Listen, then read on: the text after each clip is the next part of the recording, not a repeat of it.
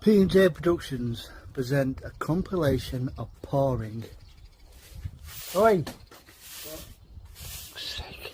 P&J Productions present a compilation of pouring. Maybe look at that. And that's it. Charmer and of course a con man and a killer. Women were his murderous habit, and he would kill time after time after time. Drowning in a bath is a very unpleasant way to die. The crimes of George Joseph Smith shocked Britain in the early 20th century. He was a bigamist, but his obsession wasn't with love, it was money and murder. I'm Fred Dinenage. As the official biographer for the Kray twins, I've learned that when it comes to crime, there's always more to the story. Not mended properly, but he was even ruder about life.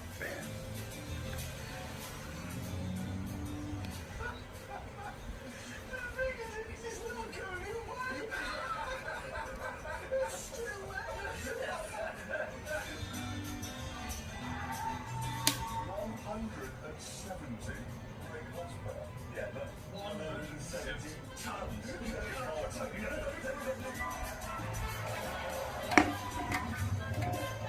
Sadism that Harold Jones has displayed in that. He suggested that if Jones was put into the army, he would one day become the father of Art and children and live a glorious life. The governor of Maidstone Prison considered Jones to be a man with no hopeful prospects. He never seemed to show any remorse for his actions. The crimes never bothered him. Nonetheless, after 20 years of imprisonment, the authorities believe the boy who killed two young girls was now fit for release. Should he have been allowed out? The honesty of directness. I absolutely love it. I'm an England fan, I'm out of the game, but as a former professional, to hear him speak about those changes, they're potentially tricky questions, right? Is John Stones fit enough? All the kind of the decisions about picking him in the squad. Why are you picking Mark Gay tonight? I think he's a little bit more agile, he's a little bit faster than John, which is important tonight.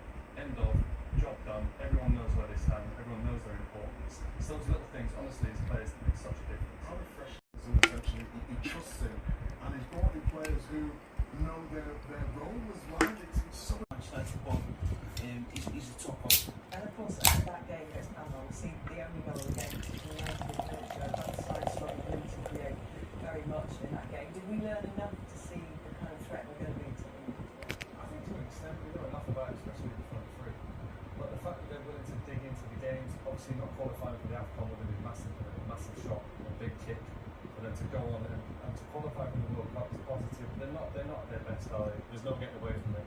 But if they can put that sort of performance in tonight, they'll believe if they can stay in games, they know they've got a problem. Yeah, it's a team that, largely plays its football away from the top leagues in Europe. And actually, interestingly, just when I did this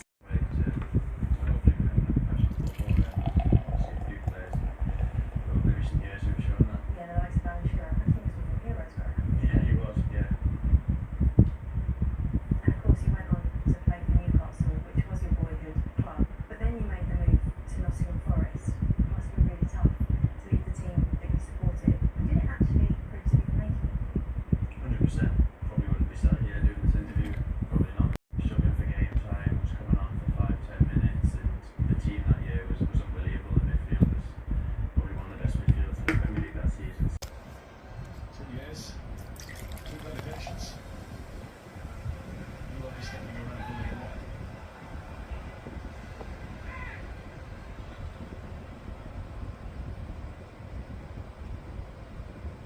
Ghana's record appearance maker. Game number 122, 2 more that brother Andre managed. There's Kane, there's Cunningham. That's Aldridge watching.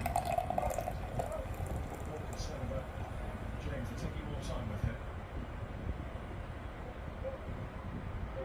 As Kyrgios is getting a message out to Williams and Sanaya over on the far side of the field, the Ghana right.